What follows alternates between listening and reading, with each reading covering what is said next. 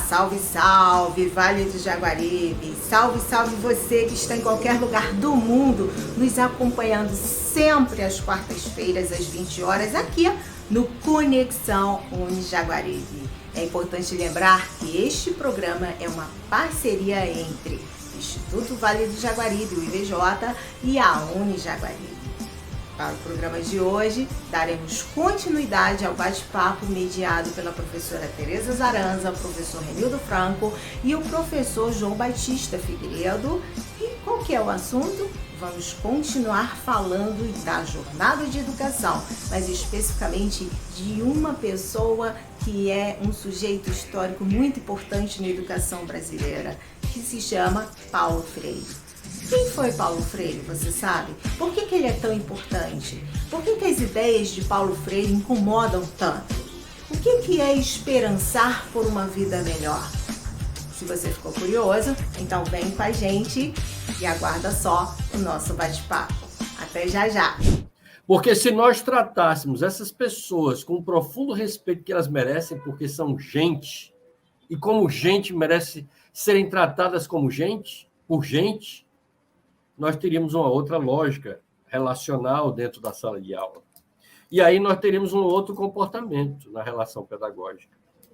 Então, a relação de opressão é um pressuposto habitual de uma relação pedagógica no seu cotidiano, tendo em conta a pedagogia tradicional, tendo em conta essa pedagogia que predomina na nossa sociedade até hoje, em que se pensa a formação apenas daquele cidadão ou cidadã consumidor, consumidora, produtor, produtora. Segundo Andriola, um dos grandes estudiosos de Paulo Freire nesse país, lá do sul do país, o Andriola vai dizer que a categoria opressão em Paulo Freire assume múltiplas dimensões e que na dimensão antropológica mata a cultura do ser humano, ou seja, nós negamos a dimensão cultural dessa pessoa com quem interagimos. E do ponto de vista psicológico, coisifica as pessoas com quem a gente interage, porque parecem apenas números ou apenas seres que ocupam o espaço da sala de aula. A dimensão ontológica, por sua vez, ela gera, na perspectiva opressora, a perda da esperança. Porque como as pessoas não são pessoas, mas são objetos, são coisas, não há como esperançar nessa lógica.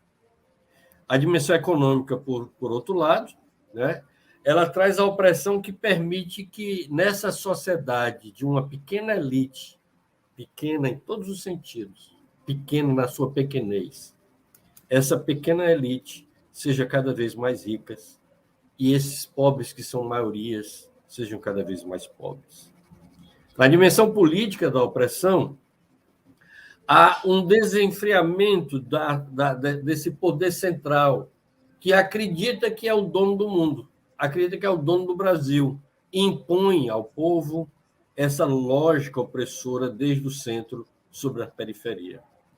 Então, todos nós estamos na periferia, nós somos seres periféricos, quando muito, porque, regra geral, nós somos apenas coisas. E aí a dimensão pedagógica, do ponto de vista da opressão, ela se estabelece em todas as perspectivas da escola, seja no currículo, seja na prática pedagógica de sala de aula, seja na lógica avaliatória, porque a gente avalia para punir, a gente avalia para penalizar, a gente avalia para oprimir, a gente avalia para empobrecer, a gente avalia para negar a potência do outro.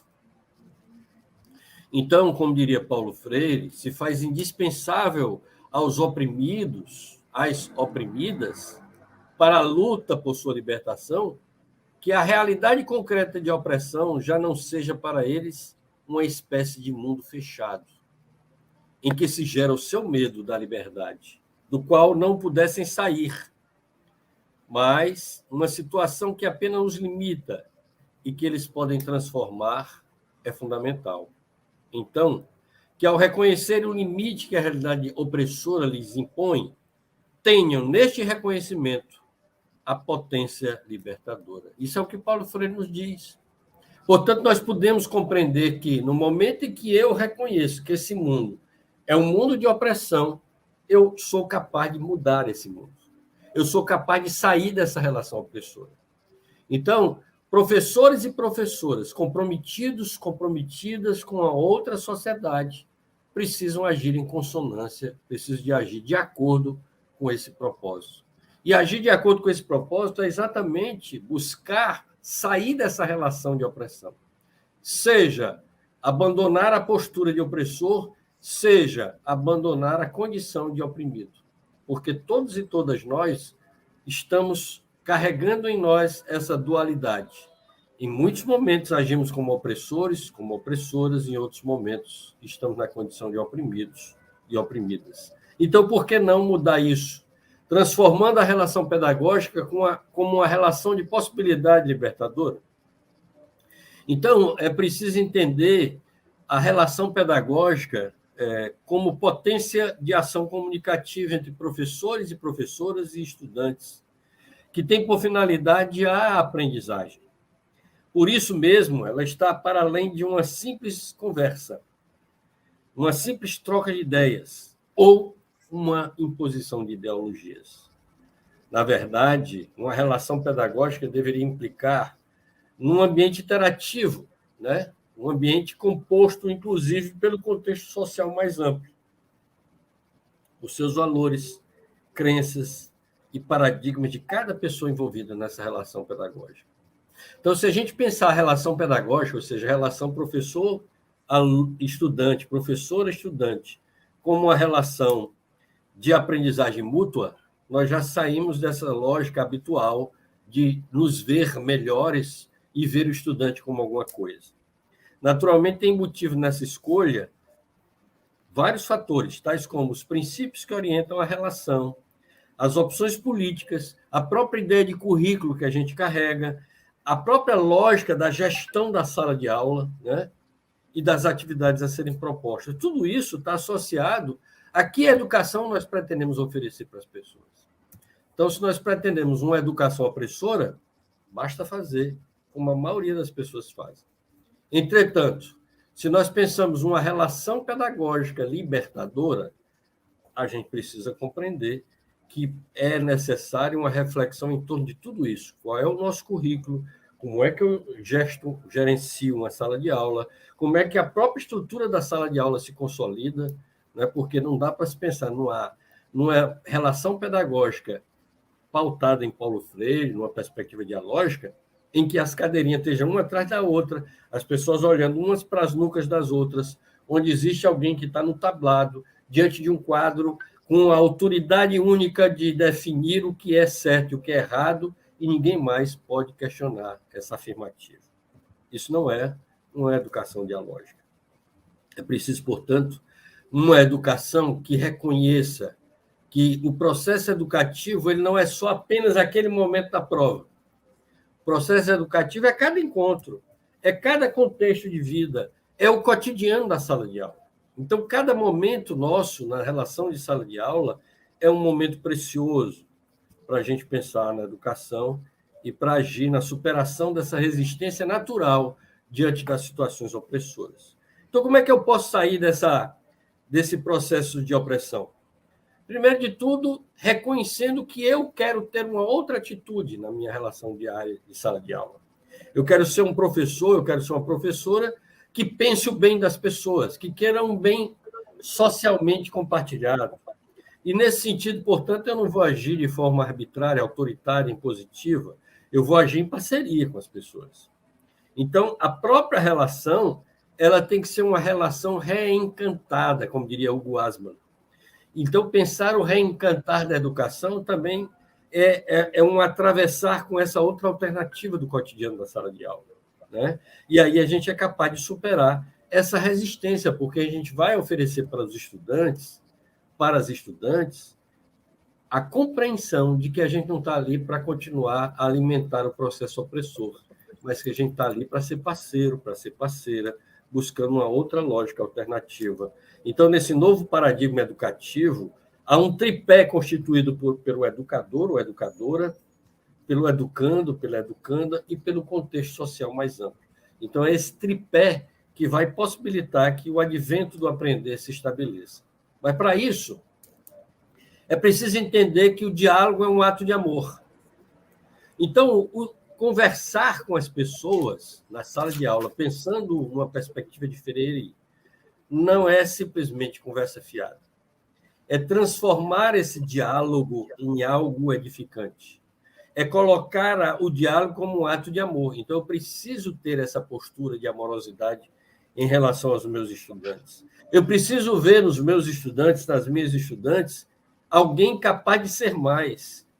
Alguém que é autora da sua própria história, que é um ser de relações e que é um ser inconcluso. Ou seja, está em permanente processo de ser mais, de aprender. Então, a educação, do ponto de vista de Paulo Freire, ela é um ato de conhecimento. Mas não é porque o professor, como autoridade do conhecimento, vai levar o conhecimento para depositar nos seus estudantes. Não. O ato do conhecimento se dá nas relações. O ato do conhecimento não é algo que alguém doa para alguém. Isso é impossível. O conhecimento não pode ser dado, doado, transferido. O conhecimento é elaborado pelas pessoas nos processos relacionais. O que a gente pode compartilhar com o outro ou com a outra são informações, mas o conhecimento é tecido por cada qual na sua interioridade, como consequência da relação que estabelece com as pessoas e com o mundo. E a educação, ela é sempre política. A educação sempre atende a uma determinada demanda. Ou é bem-estar para um e prejuízo para outro, ou vice-versa. Então, a quem eu quero beneficiar com a minha ação educativa? Eu quero beneficiar a elite, eu quero beneficiar as autoridades, entre aspas, muito aspas, porque não tem nada de autoridade, são autoritárias que nos impõem as demandas e esperam que nós simplesmente cumpramos aquelas determinações alheias a nós. Educação é política e, portanto, há de se ter respeito mútuo, porque a gente está tecendo uma relação e a relação em si já é um ato de politicidade. Portanto, ela se faz num modus operandi de Freire a partir do diálogo. Ela é contextualizada, ela é situada, ela é datada. Eu não sei se vocês têm dúvidas do que eu estou falando aqui, eu estou apresentando várias ideias para vocês irem pensando, mas eu gostaria que, se houverem perguntas, por favor, vocês sinalizem aí, porque eu acho que a ideia aqui é um diálogo na perspectiva de Paulo Freire. Então, eu estou aqui tentando dialogar com vocês, eu estou imaginando coisas que vocês poderiam perguntar. Eu estou, assim, tentando entrar nessa energia com vocês para poder tentar responder alguns elementos, algumas perguntas, algumas questões. Porque mais importante do que o que eu estou dizendo é o que vocês querem saber. Então, eu estou aqui, mais do que qualquer outra coisa, para responder a questões que vocês possam trazer para a gente problematizar e dialogar juntos. Então, nesse sentido, enquanto vocês não me perguntam, eu vou continuar aqui falando alguma coisa, mas muito mais para oferecer, instigar perguntas. Isso é que é o mais importante. Bom, Paulo Freire, ele diz que todo ato educativo ele deve começar pela leitura de mundo. Mesmo a ação de alfabetizar, ela começa a partir da leitura de mundo. Ele chega a dizer, literalmente, que a leitura da palavra deve ser precedida pela leitura de mundo. O que ele quer dizer com isso? Vou dar um exemplo concreto. Paulo Freire foi fazer e fez um projeto de alfabetização e, pela primeira vez, ele implementou esse grande projeto voltado para 300 agricultores e agricultoras numa cidadezinha do interior do Rio Grande do Norte, mais perto do Ceará do que de Natal, mais perto aqui do nosso estado do que da capital do Rio Grande do Norte, a cidade de Angicos. E nessa cidadezinha, ele alfabetizou, repito mais uma vez, 300 agricultores e agricultoras. E ele fez isso utilizando dessa metodologia que depois ficou sendo chamada de método de Paulo Freire, e muita gente até pensa que o Paulo Freire é apenas o autor de um método de alfabetização. Nada disso. Paulo Freire é autor de uma teoria, e uma teoria maior do que a própria educação, que repercute no campo educativo, a teoria da ação dialógica. Nesse sentido da alfabetização de jovens e adultos, implementada em Angicos, a primeira coisa que ele faz é visitar as pessoas, visitar a comunidade e mapear o que ele chama de palavras geradoras, ou seja, palavras que emergem do cotidiano de vida daquelas pessoas. Vou dar um exemplo. Telha, tijolo. Então, ele pega a palavra tijolo, que muitos falaram dela, né? Então, portanto, passa a ser uma palavra relevante, e ele vai transformar a palavra tijolo numa metáfora. Ele vai codificar esse tijolo, para que as pessoas possam olhar aquela figura e dizer assim, aquilo é um tijolo. E, a partir da definição da palavra, ele possa traduzir aquela palavra numa palavra escrita. Então, a primeira coisa que ele faz é dialogar sobre o sentido de tijolo. O que significa tijolo? Qual o propósito do tijolo? Como é que o tijolo é produzido? Quem é que se beneficia na produção do tijolo? Como é que o tijolo é utilizado na construção de uma casa, no elevar de um muro? Como é que funciona? Então, a partir do momento em que ele desvela tudo que tem a ver com a palavra tijolo, no ponto de vista concreto, de um tema da realidade concreta das pessoas, ele vai, então, dialogar sobre a feitura da palavra tijolo, que simboliza aquele desenho que ele trouxe, aquele tema que ele debateu. Então, quando as pessoas aprenderem a escrever a palavra tijolo, elas não estão escrevendo apenas uma palavra, elas estão ali registrando um tema gerado a partir da sua realidade concreta. Então, por isso, uma palavra geradora é um tema gerador e gera aprendizagem. Então, a palavra tijolo, o tijolo em si é um símbolo.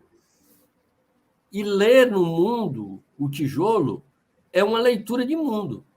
Mas essa leitura de mundo, que precede a leitura da palavra, ela possibilita o aprender da palavra e a escrita. E assim, aquelas pessoas, em 40 dias, conseguiram ser alfabetizadas.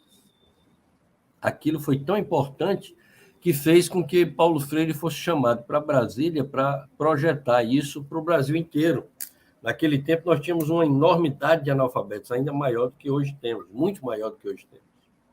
E, naquele contexto, ele fez um projeto de pensar uma alfabetização para o Brasil inteiro. Infelizmente, pouco tempo depois, antes de começar a aplicar o projeto, ele foi preso.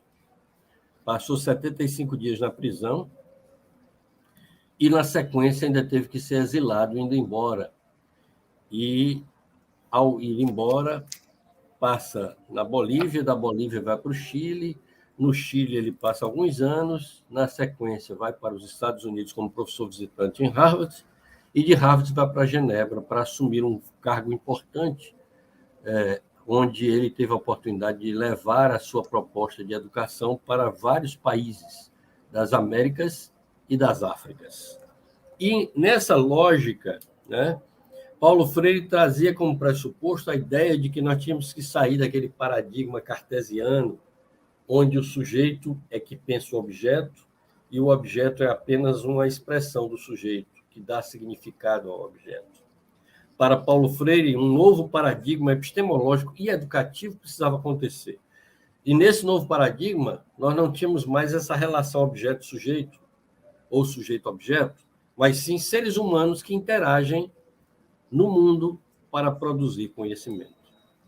Nesse sentido, o próprio ciclo gnosiológico freiriano, ou seja, o ciclo do aprender, do conhecer, ele se dá primeiramente a partir da curiosidade. Então, é a curiosidade das pessoas que faz com que elas possam buscar o aprendizado. E o aprender é a descoberta daquilo que ela busca. Entretanto, no ciclo gnosiológico freiriano, a descoberta não é o último momento do processo. Depois da descoberta, ele compartilha. E esse compartilhar gera um novo ciclo de aprendizagem. Portanto, o educador e a educadora freiriana, acima de tudo, compreende que o diálogo é potencializado a partir da curiosidade. Isso é imprescindível, é fundamental, porque é a curiosidade ingênua que adquire maturidade, se torna uma curiosidade epistemológica. E essa curiosidade epistemológica é capaz de desvelar a realidade. Porque nós precisamos entender a realidade para transformá-la. Não é? Então, o tema gerador é um tema que nos mobiliza para a transformação social que tanto desejamos. Se todo brasileiro, nesse momento, percebesse a falácia que é o que nós estamos vivendo na atualidade, se todo brasileira percebesse o quanto hoje nós nos encontramos na condição de oprimidos, nós facilmente sairíamos desse ciclo de opressão e libertaríamos não apenas os oprimidos, como os próprios opressores que nos oprimem. Portanto, nós, seres humanos, somos seres que potencialmente somos dialógicos, mas precisamos criticamente nos tornar seres dialógicos. E para a gente se tornar um ser dialógico, nós precisamos daquilo que Paulo Freire estabelece como princípios dialógicos, ou princípios dialogais. Eu não sei se alguém tem alguma pergunta, se vocês querem trazer alguma pergunta, ou se a gente continua a conversa. O que vocês acham aí, povo querido? Alguma pergunta? Professor, eu sugiro que no finalzinho o senhor possa deixar alguns minutinhos para que, se surgir alguma pergunta, alguma indagação, então, tá bom. A gente destacar algum comentário e a gente possa fazer isso, ok? Tá legal. Mas eu vou deixar um minutão. Porque, para mim, o mais importante são exatamente as perguntas. Tá certo. Então, entendendo os princípios dialógicos, eu preciso reconhecer, e esses princípios dialógicos foram primeiramente listados por Paulo Freire no livro Educação Completa da Liberdade, mas depois amadurecidos e publicados de maneira mais ainda compreensível e primorosa no Pedagogia do Oprimido. E ele, então, estabelece fundamentalmente os seguintes princípios. Primeiro de tudo, ele diz que não há diálogo sem amor. Amor, no meu entendimento, na minha leitura de Paulo Freire, é o grande princípio dialógico. Porque sem amor não há diálogo. Um outro aspecto associado é a humildade, porque se você não tem humildade de reconhecer que você tem limites no seu aprendizado, que você tem limites no que você sabe, você não se dispõe a aprender, você não se dispõe a dialogar, porque você acha que já sabe de tudo, não precisa mais de ninguém, está tudo bem. E isso é falso. Então, na verdade, é reconhecer as nossas fragilidades, reconhecer o limite da nossa sabedoria, reconhecer o limite da nossa, do que nós conhecemos, é fundamental para a gente manter aberta a possibilidade do aprender. A esperança, a fé e a confiança são outros elementos que vão se agregar a esses dois primeiros, viabilizando que o diálogo aconteça. Mas, além desses, nós temos a criticidade, ou seja, não basta eu olhar para a vida e achar que estou vendo o suficiente. Não. Paulo Freire vai dizer que nós precisamos buscar a razão de ser das coisas. Então, a criticidade para Paulo Freire é essa busca da razão de ser das coisas. Porque somente entendendo a razão das coisas, no seu sentido mais profundo, eu sou capaz de desvelar, inclusive, essas falácias, essas fake news, essas mentiras que circulam socialmente, e compreender melhor o que a vida tem para me explicar. Então, entender, como diz o mote da nossa fala, dessa mesa de hoje, o educador ou a educadora, como autor, como autora, é entender a potência, né, a necessidade, a premência de reconhecer, primeiro, nosso potencial de ser mais. Quer dizer, mesmo enquanto professor, professora, você jamais esgota as potencialidades do aprendizado, né? Então, você vai ter sempre condições de aprender mais. Sempre, se você tem clareza, de fato, dessa realidade. Um outro item, nosso dom de ser capaz de ser feliz, como diz aquela linda música, né? Tocando em frente. Todos e todas somos capazes de ser felizes. Todos e todas temos esse dom, mas a gente precisa, primeiramente, acreditar nele. A premissa de reconhecer nossa condição de colaborar com a autonomia e conquistar a autonomia.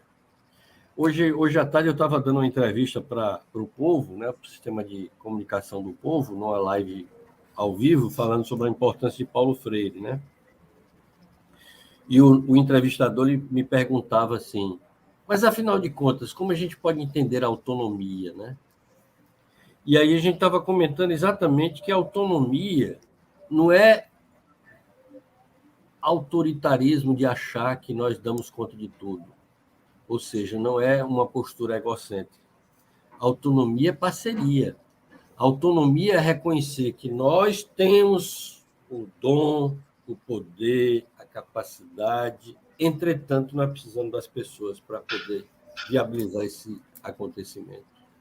Para Paulo Freire, não há educação isolada do indivíduo em si.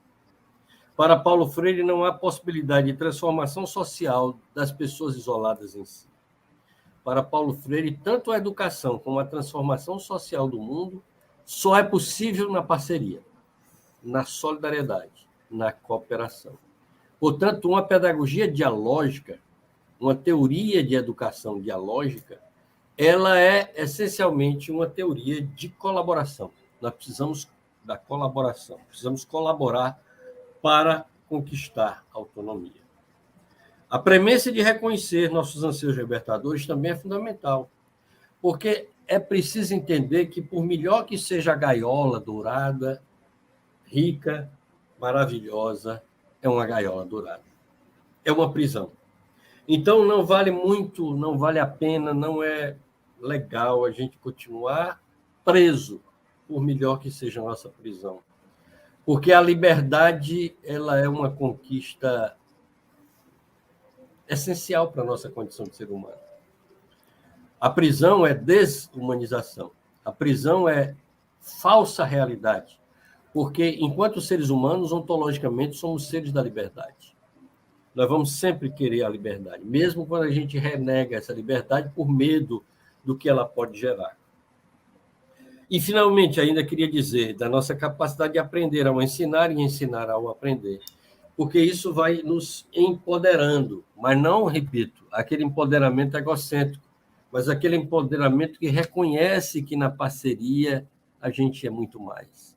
Não sei se vocês sabem, mas estudos neurológicos e neurofisiológicos têm mostrado que a parceria e a gratidão são elementos que nos ajudam a viver com mais alegria, a viver com mais entusiasmo, a viver com mais possibilidade de ser mais.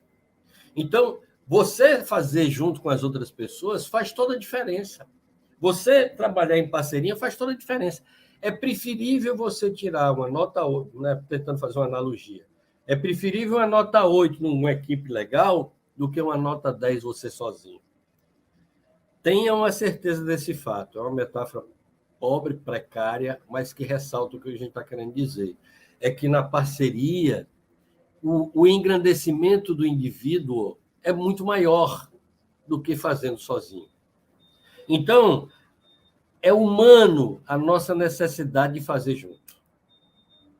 E o que fazer para superar, portanto, essas ações antidialógicas que uma pedagogia hegemônica, uma pedagogia pautada pelo mercado, uma pedagogia pensada no sentido de transformar as pessoas em meros objetos ou em meros cidadãos, cidadãs, consumidores, produtores. Nós precisamos entender, portanto, os seres humanos como seres de praxis.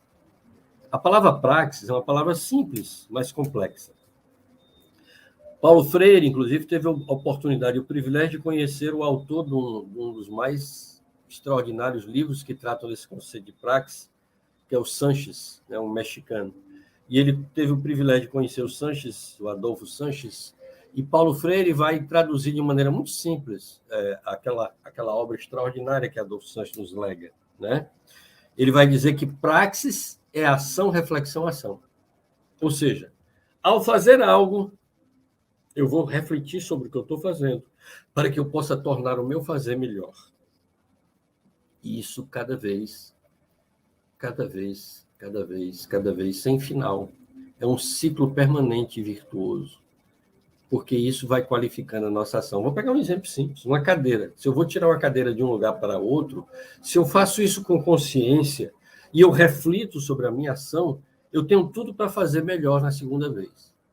E se eu continuo consciente, continuo fazendo esse movimento, eu vou aprimorá-lo sempre mais, porque sempre é possível fazer melhor, inclusive a nossa ação docente. O diálogo é elemento fundante da praxis, porque é no diálogo que nós temos a possibilidade de estabelecer essa articulação entre o fazer e o refletir sobre o fazer. E a compartilhar esse fazer e sentir o fazer vai favorecer a que a gente tenha outros olhares sobre a minha própria prática, ampliando ainda mais o meu cuidado e aquilo que eu sou capaz de fazer com ela. A dialógica, portanto, implica na intersubjetividade, na interação entre as pessoas, na intercomunicação, num diálogo que atravessa as pessoas, ou seja, nas interações entre autores e autoras sociais por meio da linguagem.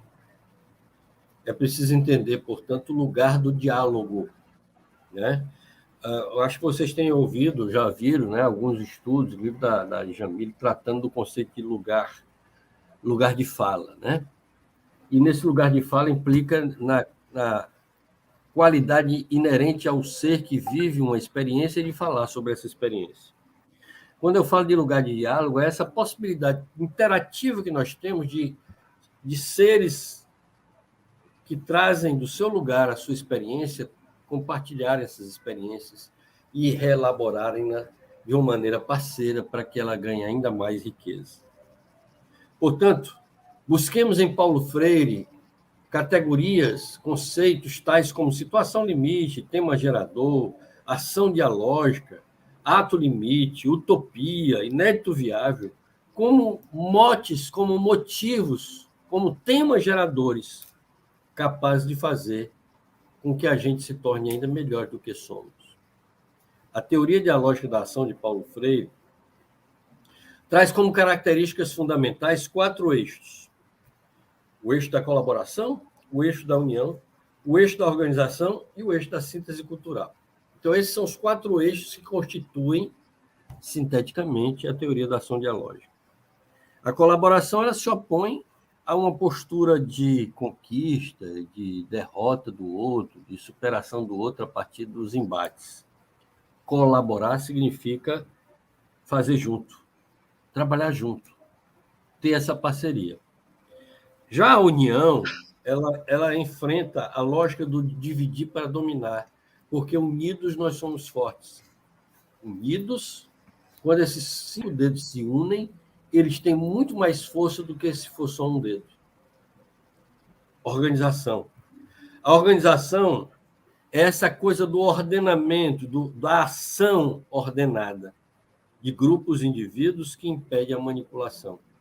Então, estarem integrados, pensando-se enquanto grupos, indivíduos, grupos, ou seja, essa ida e vinda do singular para o plural, do plural para o singular, vai favorecer que nós tenhamos uma compreensão melhor da situação da vida e, portanto, temos muito mais capacidade de discernir o que vem de lá, o que vem de fora, preservando, portanto, esses processos interativos. E, finalmente, a dimensão da síntese cultural, que se opõe à invasão cultural, porque a invasão cultural é aquilo que eu falei lá no início da minha conversa, né? Que gera resistência. Porque quando o professor, a professora chega na sala de aula com ar de quem sabe das coisas e o outro não sabe de nada, trata os estudantes, as estudantes como ignorantes, gera-se a resistência. E aí só com invasão cultural, o que é contraprodutivo, contraproducente no sentido da aprendizagem. Porque só se aprende em parceria, só se aprende integrando. Então, a síntese cultural é essa integração de saberes, saberes parceiros. Dialogar, portanto, é potencialmente transformar a vida, transformar o mundo, transformar as pessoas. A história, ela se produz pelos seres em suas relações. O mundo se faz enquanto se refaz. O diálogo se efetiva na dialógica, na perspectiva freiriana, ou seja, numa relação de horizontalidade. Nós podemos ler no horizonte a possibilidade, a potência transformadora que decorre efetivamente da amorosidade, da convivência solidária e parceria. Portanto, a amorosidade é possivelmente a dinâmica mais profunda e complexa da qual o ser humano pode participar. Ela se inicia a partir do momento em que um ser se liga ao outro pelo amor, pela aproximação cuidadosa, e, a partir disto, nós temos o respeito e o cuidado. Cuidar é um ato consciente que pode ser ensinado e consiste, por sua vez, num dos maiores geradores de prazer que a humanidade perceptiva conhece. Finalmente, abrindo espaço para a pergunta de vocês, para a gente entrar num bate-papo, realmente, eu quero trazer duas frases de Paulo Freire. Uma delas diz assim: uma das condições necessárias para que nos tornemos um intelectual que não teme a mudança é a percepção e a aceitação de que não há vida na imobilidade. Com isso, eu convido vocês a saírem do medo de se manter como são, o medo de mudar, com medo das consequências da mudança, entendendo que a imobilidade ela será contestada mais cedo ou mais tarde, porque isso não é vida. Ninguém nasce feito, diria Freire em outra frase. Vamos nos fazendo aos poucos na prática social de que tomamos parte. E é esse o convite que eu quero deixar para vocês, abrindo espaço para a gente continuar o bate-papo a partir das perguntas que provenham daí. Maravilha, professor. O senhor deixa a gente assim encantada ao ouvi-lo. Aqui eu vou destacar duas perguntas. A do Fernando Leão, que ele diz o seguinte, ele faz a seguinte pergunta: professor João, por que é tão difícil as pessoas fazerem a leitura da realidade, entenderem a diferença entre atuar e pensar que atuam na ação dos opressores? E já vou apresentar a segunda, que é da nossa professora do curso de Pedagogia, professora Artemísia Ribeiro, que faz a seguinte pergunta para o senhor: como é possível vivenciar a dialogicidade neste momento que vivenciamos no âmbito educacional, a busca por inviabilizar a pesquisa, a ciência, a criticidade? Tereza, eu preciso da tua ajuda, porque a minha memória não dá para guardar essas perguntas tão complexas, não, viu, Tereza? Vamos lá. Excelentes perguntas, mas eu acho que eu preciso conversar com cada uma delas, assim, com muito carinho. Então, eu vou repetir a pergunta do Fernando. Fernando Leão, ele pergunta por que é difícil as pessoas fazerem a leitura da realidade, entender a diferença entre atuar e pensar que atuam na ação dos opressores. Fernando, muito obrigado pela pergunta, importante, e me ajuda a refletir sobre muitas questões, né? Eu diria que, primeiramente, é preciso entender que nós somos culturalmente constituídos. Quer dizer, nós não somos só um ente biológico, né? Nós somos um ente estruturalmente biológico, mas também somos um ente estruturalmente culturais. Então, cada um e cada uma de nós traz a sua herança genética e memética, né? Inclusive, tem estudos na biologia hoje falando de memes, que são heranças culturais que nós carregamos. E, portanto, somos frutos desse entrecruzamento entre cultura e biologia. Biologicamente, nós somos mobilizados, por exemplo, quando nós chega aquela hora de a gente almoçar, a gente está com fome e quer almoçar. Chega aquele momento em que a água faz falta no organismo, né? Começa a haver uma desidratação orgânica, nós queremos água e vamos buscar água. Isso é biológico. Culturalmente, nós somos constituídos de tal maneira que a gente acredita em alguns valores e princípios que não são tão verdadeiros. Então, por exemplo, o conceito de crenças limitantes. Todos e todas nós nascemos numa sociedade que impõe crenças limitadoras. Então, a gente acredita que nasceu para ser pobre e passa a vida toda acreditando que nasceu para ser pobre. Isso é uma mentira repetida inúmeras vezes, centenas de milhares de vezes, se torna uma aparente verdade. Então, a nossa cultura pessoal nos impede de sair da nossa condição de miseráveis, de pobres. E a gente acredita que a culpa é nossa, porque nós nascemos para ser pobres. Dentro dessa lógica, nós vivemos numa sociedade colonializada, ou seja, uma sociedade que foi forjada por uma relação desigual, vertical, entre a Europa e o Brasil, só para ilustrar, né? Então, nós acreditamos, por exemplo, que o Brasil deve à Europa alguma coisa, né? Nós devemos o que somos a Portugal, nós devemos o que somos aos europeus, nós devemos o conhecimento ao outro de fora. Isso não é verdade, isso é mentira. É um mito social. E os mitos sociais precisam ser desvelados. Porque no momento em que nós começamos a compreender que não é bem assim, que, na verdade, nós somos expropriados, nós somos roubados nas nossas riquezas. Hoje o Brasil é muito mais pobre porque roubaram muitas nossas riquezas. Nós começamos a ter uma outra relação com o que está de fora. Nós passamos a olhar para esse povo, ainda é importante o respeito, porque eu acho que não é pagando na mesma moeda, né, que a gente vai crescer como pessoa e como sociedade, mas sim reelaborando essas desigualdades sociais. Então, as ações opressoras, ou seja, nós nascemos oprimidos e não percebemos a nossa opressão.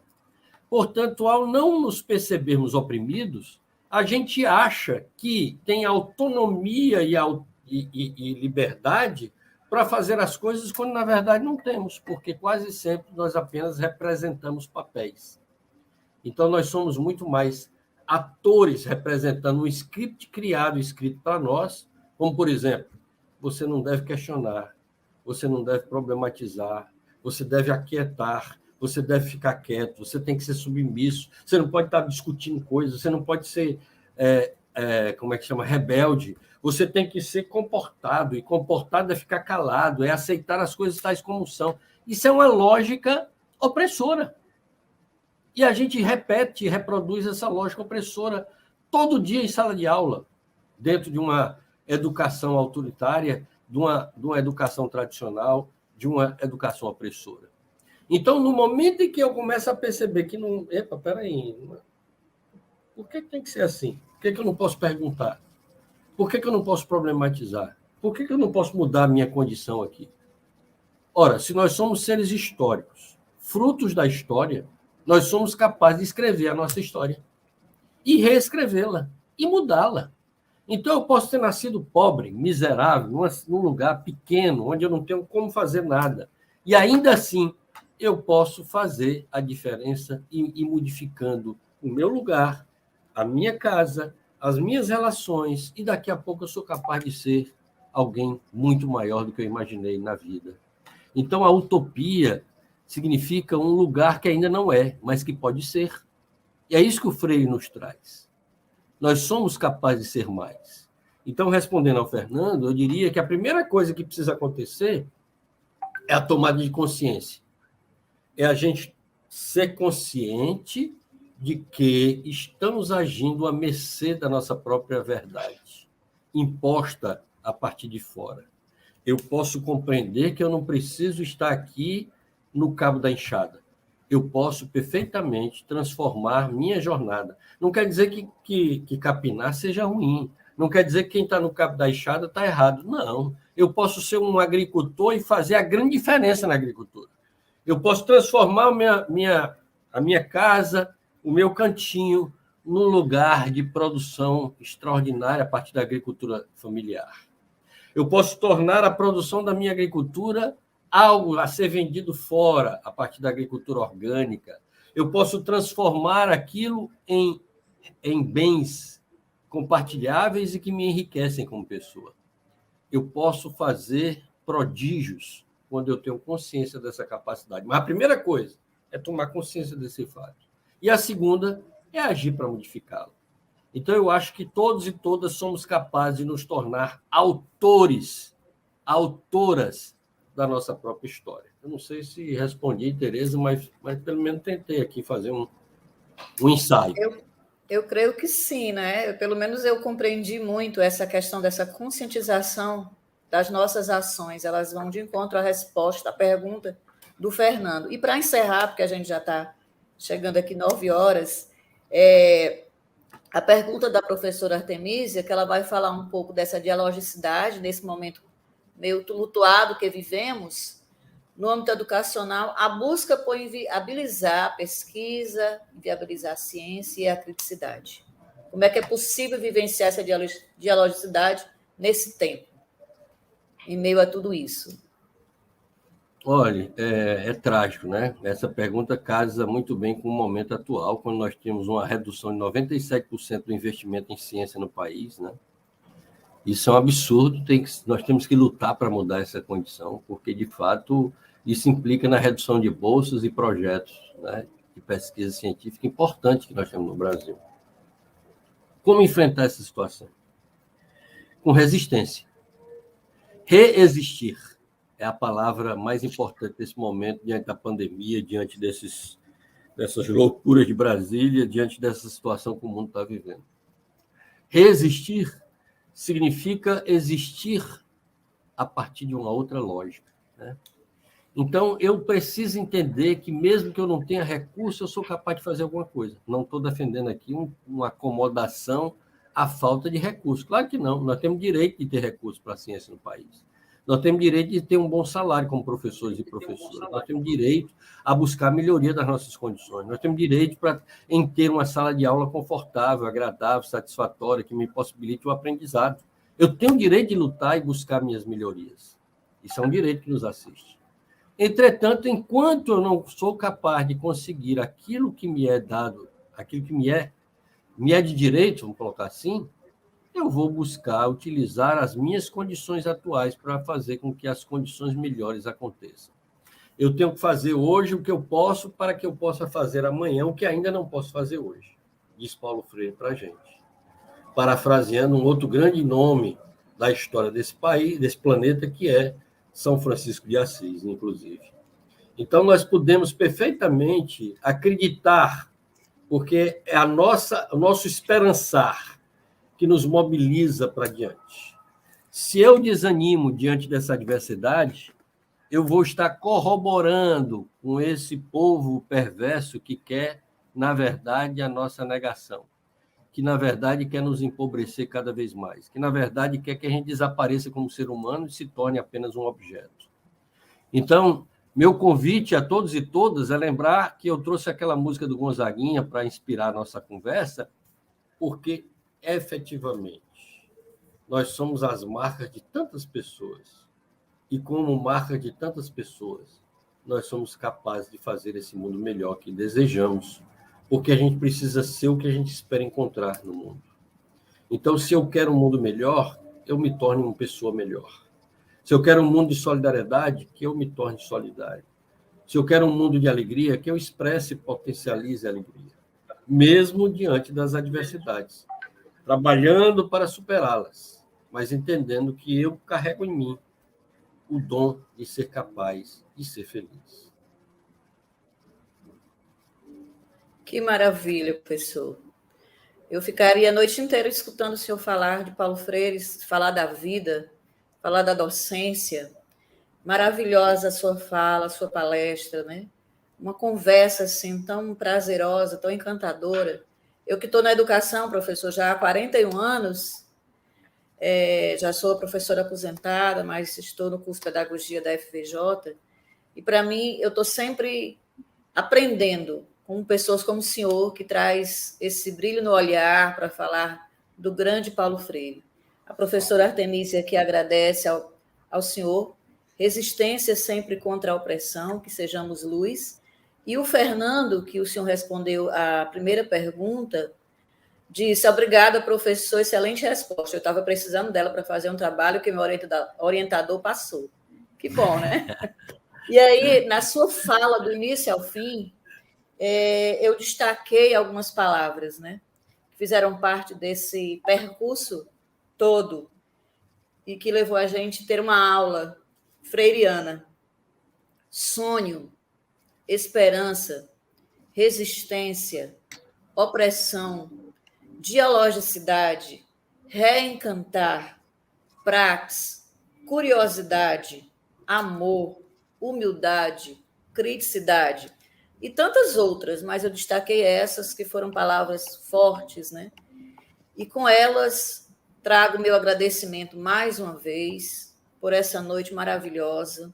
Sinta-se acolhido por todos nós aqui do Aracati e das cidades também que estão aqui conosco, participando desse momento, em nome da Faculdade do Vale do Jaguaribe. Obrigada à professora Márcia, que foi que nos fez esse convite ao senhor. E deixo para o senhor as palavras finais para essa noite. O professor Renildo também, que é o nosso coordenador do curso, eu sou coordenadora adjunta, também está aqui agradecendo muito por esse momento tão rico. Deixo as palavras finais para o senhor. Eu agradeço a oportunidade de poder estar aqui conversando sobre Paulo Freire, como eu já coloquei. Para mim é sempre uma honra falar de Paulo Freire. E deixar meu carinhoso abraço a todos os professores e professoras que estiveram aqui conosco. Parabéns. Aproveito esse momento para refletir da importância que cada um e cada um de nós tem de propor uma educação política, uma educação comprometida com a transformação social que desejamos para esse país. Certamente todos que me escutam agora, todas que me escutam agora, querem esse mundo melhor. Que façamos a nossa parte para que esse mundo melhor se concretize rapidamente em nossa jornada. Foi um prazer estar com vocês, muita paz, muitas bênçãos para todos e todas que me escutam. Parabéns, professores Muito e professoras. Obrigada. Gratidão, professor João. Palmas para o senhor, viu? Então, pessoal, a gente agradece também a participação de todos vocês, nossos alunos, ex-alunos, nossos professores. Tenham uma boa noite, né? A gente vai ver aí a questão da frequência e aí a gente repassa para vocês. A gente tem uma programação, como já foi dita para vocês, no dia 13, contamos com a participação de todos. Um abraço e até o dia 13, na próxima quarta-feira. Até lá.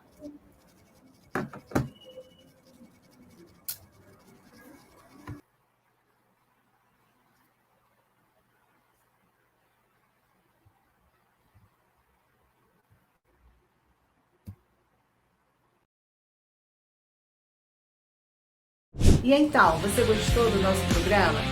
Então nos ajude a compartilhar essa mensagem para várias pessoas em vários lugares do mundo. Dá o seu like, coloca seu comentário aqui. Com certeza, no próximo programa eu vou estar lendo aqui para as pessoas saberem um pouco mais do que você pensou sobre o que a gente falou, certo? Então, eu vou ficando por aqui. Na próxima semana, Vale Conexão retorna neste canal às 20 horas. Tchau, tchau. Beijo!